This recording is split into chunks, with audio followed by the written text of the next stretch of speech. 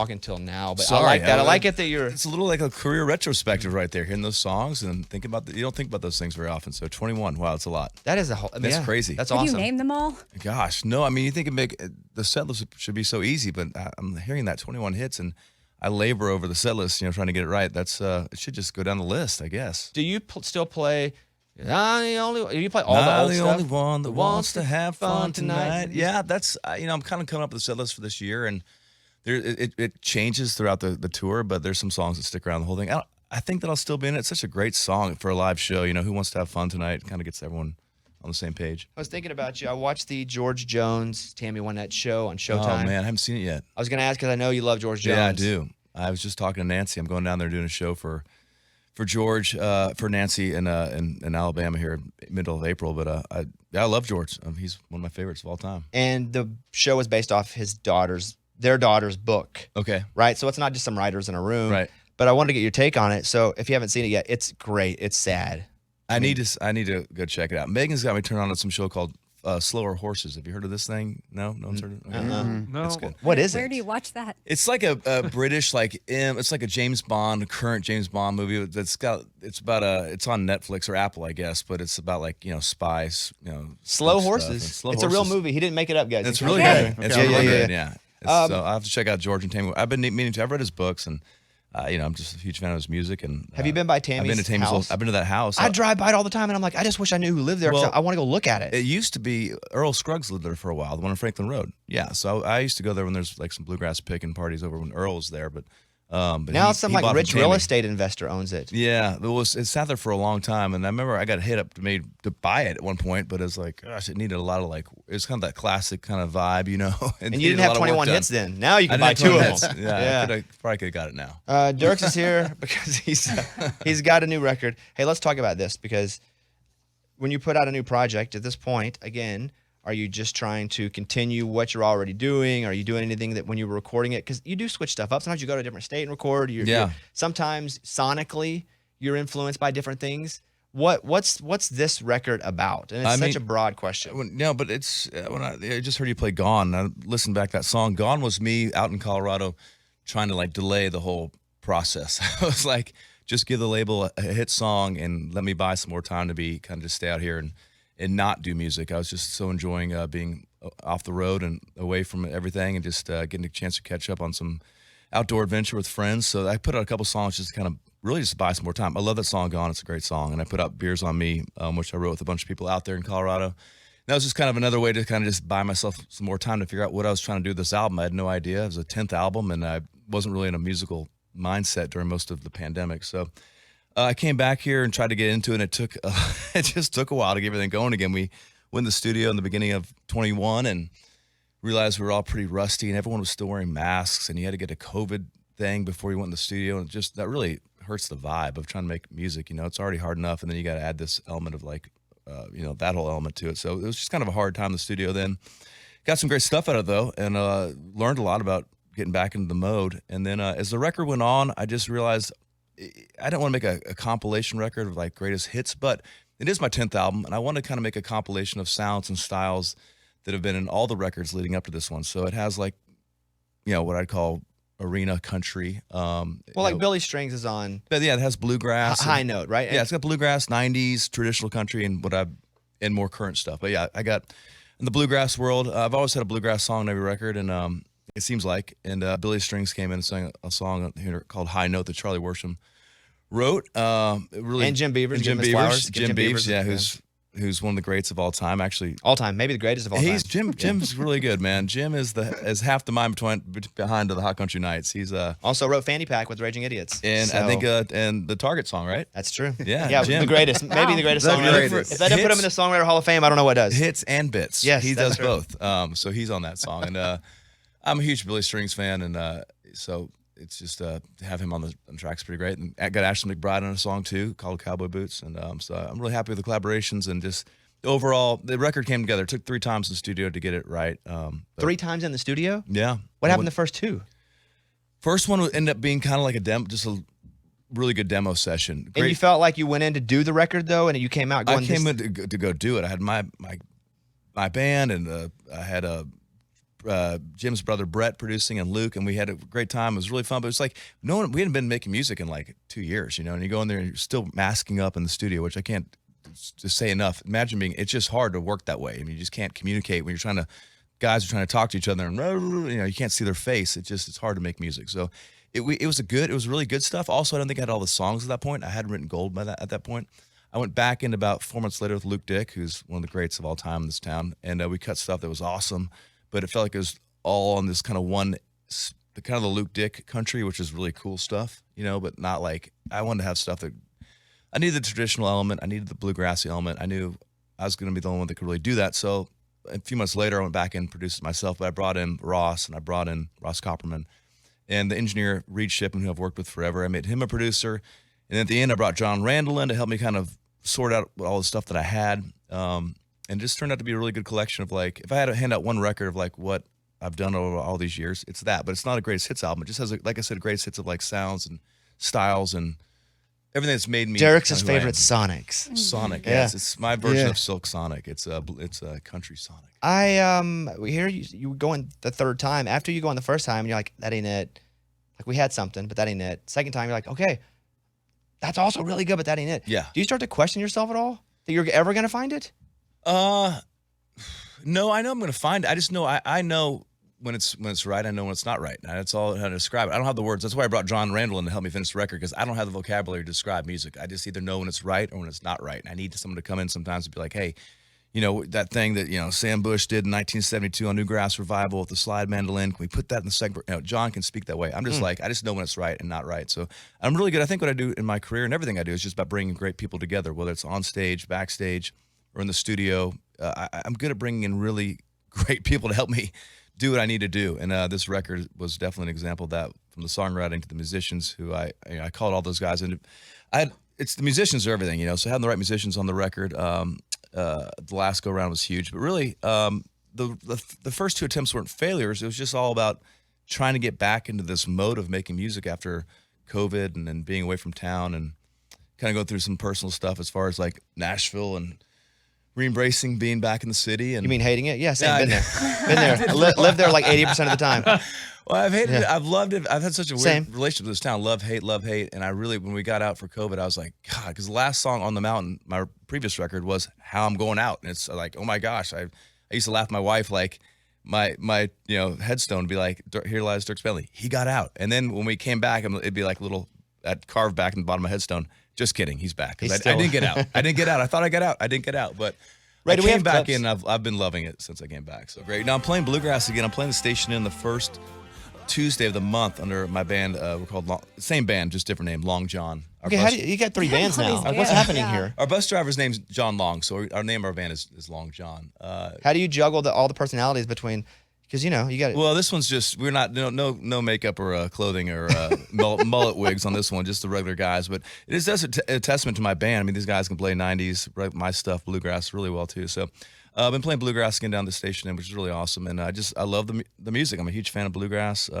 Billy's probably one of the biggest artists in any genre of music right now. Doing 2 sold-out shows at the Bridgestone, the third show at the Ryman afterwards on Sunday. That's where I'll be. Buy your tickets now. He's doing ticket plug during his album. Hey. I was doing an ice bath. Good. Which I haven't done. Yeah. And Jake Owen's a big ice bath guy. We were off together, and he's like, "Dude, you gotta do an ice bath." And I was like, I'll do it at like 2. He goes, No, you wake up in the morning and you do it. I'm like, crap. Okay, so I got up. We did the ice bath, froze. Yeah. I don't know the benefit of it, except me going, I did that this morning because I told everybody. Well, it's hard. That's one benefit. You get something hard done, Yes, but why? Like, why are you such an advocate? Because I'm sure there's something there. I just haven't done it enough. Yeah, I have a couple ice baths. LV Shane gave me one, and then a friend of mine gave me a really nice one. It's sitting in the backyard, just getting rained on. I can't do in the morning because I just don't have time to go out there and do that. But I do a cold shower every morning, which is easy enough to do. But why the ice baths in general? I mean, there is that one thing. It's. I think for me, it's like a meditation thing. I can't sit still. I have a hard time doing yoga or something like that. But if you get in the ice bath, it's like you can't think about anything else except survival, right? All your other thoughts are gone. You're like, oh my God, I'm literally in survival mode. But then it teaches you to get below your conscious mind, which is screaming like, I'm going to die. And you have to go deeper into like a subconscious mind. It's like, I'm going to be okay. Like, I can get out anytime I want to. Let's see how far I can take this. And I do feel like you carry that into the rest of your day and into your life. It's like, I can do hard things. I just sat in an ice bath for I've done 24 minutes before in a full 32 You've done degree. how many minutes, Eddie? 24? 24. What is the hell? Like, do That's they probably, recommend that's that? probably dumb, but Right. Yeah, I was like cold for a long was that a time. dare? Because it just doesn't seem like Yeah, that it's a was little bit. safe. There's an element of it too. Double dog dare you, Yeah, it's a little bit of Dierks. that triple dog Maybe end dare. up Stick in your the tongue against the pole. hospital. On the road, yeah, you get a little competitive out there, and so I did 24 minutes, and I was cold for. I was kind of probably hypothermic for a little bit, but we have this little rubber ducky that stick. We have these trash cans. I bring them on the road and make everyone get in there and do them with us. But the little rubber ducky was definitely in the low 30s on that one because it's full of ice. But I think it's just like doing something hard. Yeah, I'm good. I do enough hard stuff in the day, all day long. Like he was like, look, aren't you proud you did that? Like, Wim Hof would say there's all sorts of health immune benefits. Well, it to stimulates the vagus nerve. Okay. Which is, I do that once a year at Nice. iHeart Festival. We go to Vegas. That nerve is fully. Yeah, see, I don't get a chance to stimulate that one because you don't invite me, so I have to stimulate yeah. it some other way. So I do it in an ice bath. So. The album is Gravel and Gold. Dierks' new record is out today. Are you still flying the plane? I am. Yeah, I just flew my son down to a hockey tournament down in Atlanta. So you've seen all this stuff come up about UFOs. Yeah, I've Elaborate.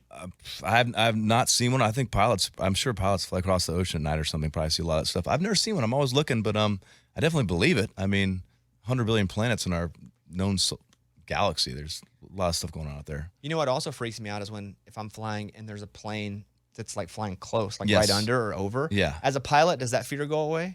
Well, the contrails, the chemtrails you're talking about, like that coming into your plane. I'm just talking about the plane flying under me.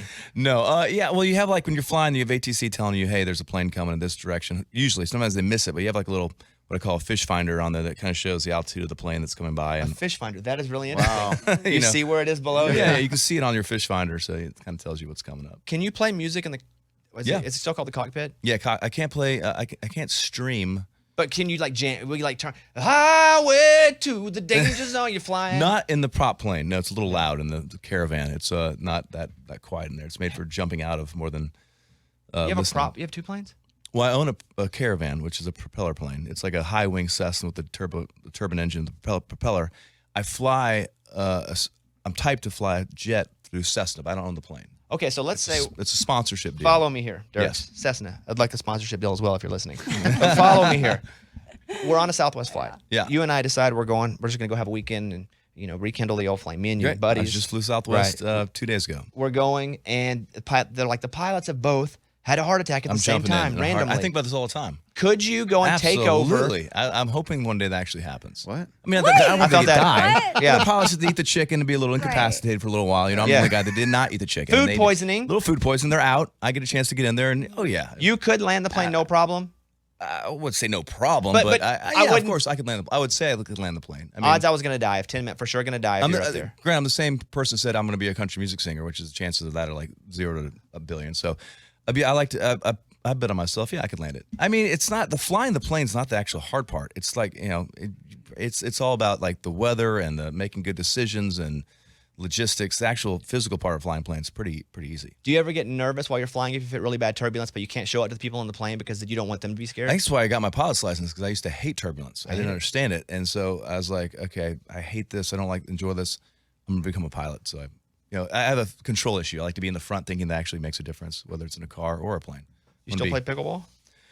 I do play. I don't play. It's more of a road thing. I've got some guys in the band that play all the time because they don't have 3 kids running around. But it's a road thing. We'll tape it up there, and I'm definitely the best in my band, and probably one of the best in the world. I did win a pickleball tournament sponsored by Stephen Colbert. So Yeah. I'm one of the best for sure. I'm pretty good. You play? Yeah. You Have never you ever- invite me to play with you, but I play. Did you play? Yeah. I play with a little group. Maybe Where y'all play?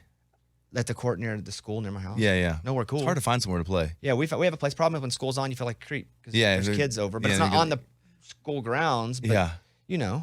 I love. Yeah, it's such a people polarizing sport. They love or hate it. Tennis players hate pickleball. Yes, or people like Lunchbox who's like, that seems stupid. I saw Andy Roddick at the airport one time, and I said, "Hey man, I don't know why I told him this." I'm like, "Oh, I've been playing some pickleball." He goes, "Oh, oh, that sound.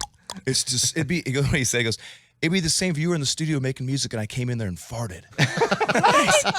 He goes, That's great. Oh, he just hates. It's a disease. It's taking over.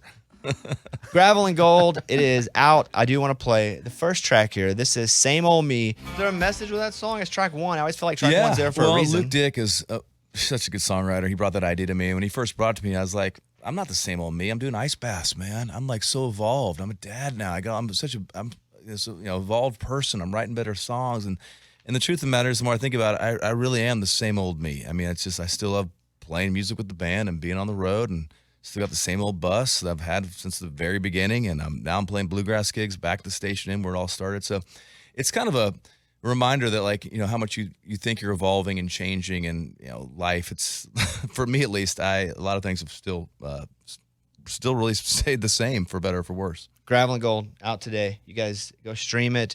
Final part of the interview. This is uncomfortable questions from our listeners. I'm already uncomfortable enough with so. Dierks. Yeah, you walked in. He goes, "This room sure ain't warm." It's light. It's like it's built like a show, TV man. studio. Everyone's listening. It's a big show, man. It's nerve-wracking. Question Cameras one. on, and a panel of judges judging. Those me aren't and- judges. Those are like other members of the show. This is us, dude. You know us. I know everyone on the show very well. So I do Four feel questions. judged. They're judging Uncomfortable. for sure. Number one, does Dierks Bentley still wash his hair? I just washed my hair like 3 days ago. So yeah. Answer is yes. Yeah, Has Dierks Bentley occasionally. ever taken someone out on tour with him that he didn't like, but it was a good financial decision? He doesn't have to say who. I'm sure I've been taken out because I'm a good financial decision back in the day. I was cheap, but no, I try to pay more than most, and I take people to help me sell tickets, man. Right, that's what I'm saying. Yeah. They're asking, you ever have anybody with you that you really don't like as a person, but you No. know? Okay, cool. No, life's too short for that. Does Dierks Bentley have a will? I think so. Good answer. And does Dierks Bentley have a six-pack? No, I don't have a keg. All right. Oh, you look like you're in pretty good shape. I mean, it's pretty good down there. It's I could probably pull You the don't skin have back. to. Okay, you put your shirt down. I mean, like, Sorry. Yeah, we're good, dude. If I We're pull good. the skin back really hard, yeah. I bet there's like some form of like bump in there. It's a 2-pack. I actually was thinking to myself that you look like you're in really good shape right now. I'm like, yeah, I go through phases. I was doing a bunch of squats and all that stuff a while back. Deadlifts and Just squats in general. And my brother's big on squats. He has a hat that says "Make America Squat Again." I don't know. I think squats are really important.